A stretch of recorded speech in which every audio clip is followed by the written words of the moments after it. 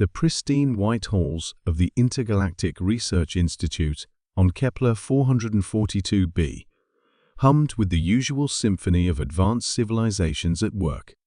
Dr. Zix Thara, a brilliant xenobiologist from the Andromeda sector, glided through the corridors on her anti-grav platform, her crystalline tentacles shimmering with excitement. Today marked a historic moment, the first comprehensive analysis of artifacts recovered from the recently discovered planet Earth. The human species had been classified as extinct for approximately 3 rotations around their home star, victims of what appeared to be ecological collapse. However, their digital archives had remained intact, providing the galactic scientific community with an unprecedented opportunity to study a previously unknown intelligent species. Dr. Zix Thara entered Laboratory Complex 7, where her research team had assembled.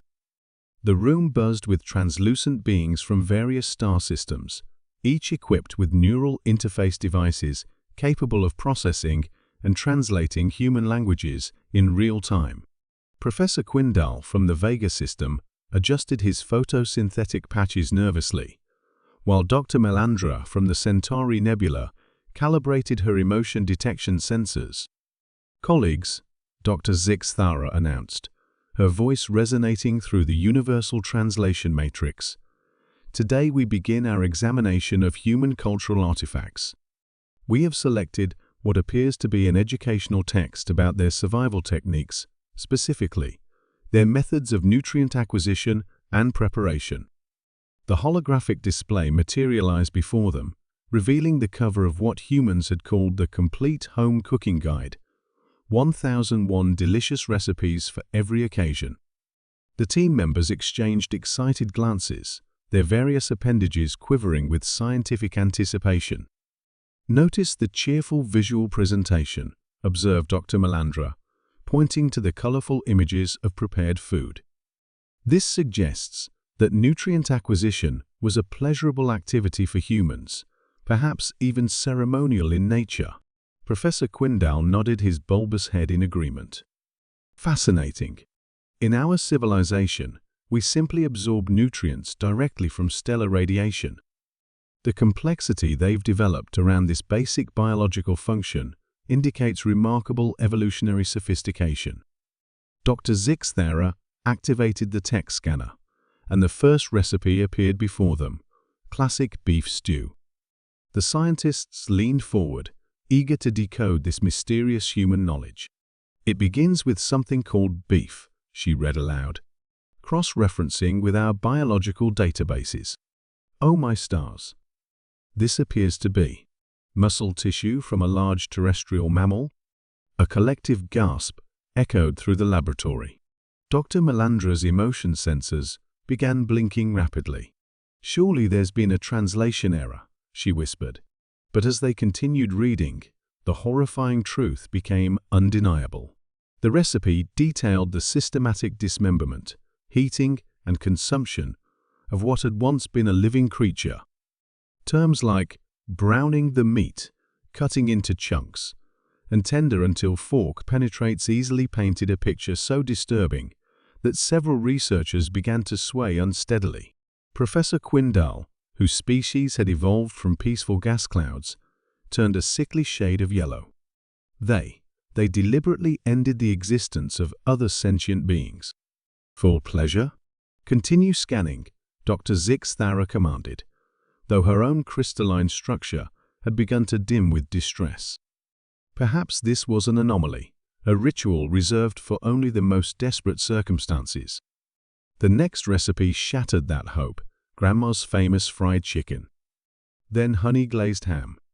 Then fresh salmon with lemon butter. Each entry revealed more horrifying details about humanity's systematic predation of virtually every other life form on their planet. "Look at this," gasped Dr. Melandra, her sensors now flashing in alarm patterns. "They have an entire section dedicated to something called seafood. Apparently they dragged creatures from their oceans just to consume them." But the revelation that finally sent the first scientists tumbling was the discovery of preparation methods.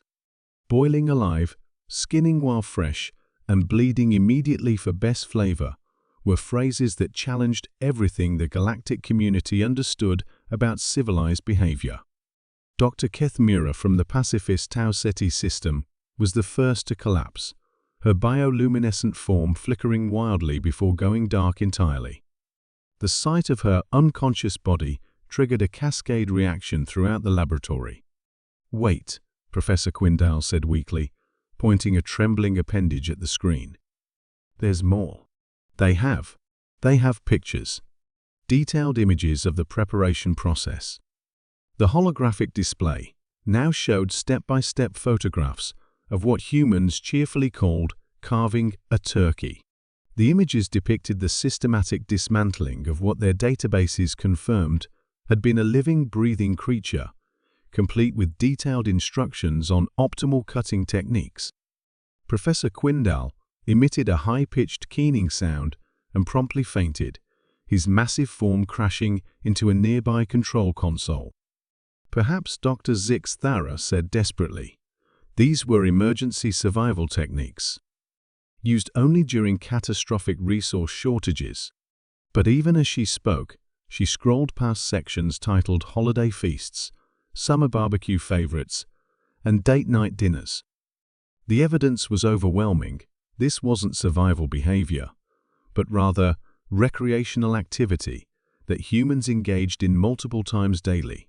Dr. Melandra, the last scientist still conscious besides Dr. Zix Thara, pointed weakly at a particular passage. "It says here, they often gathered in groups called families to engage in this consumption behavior together. They socialized around it. They made it a bonding experience." The final blow came when they discovered the dessert section. They consumed the reproductive byproducts of other creatures. Dr. Melandra whispered in horror, reading about eggs and milk-based treats. Even the mechanisms by which other species reproduced and nourished their young.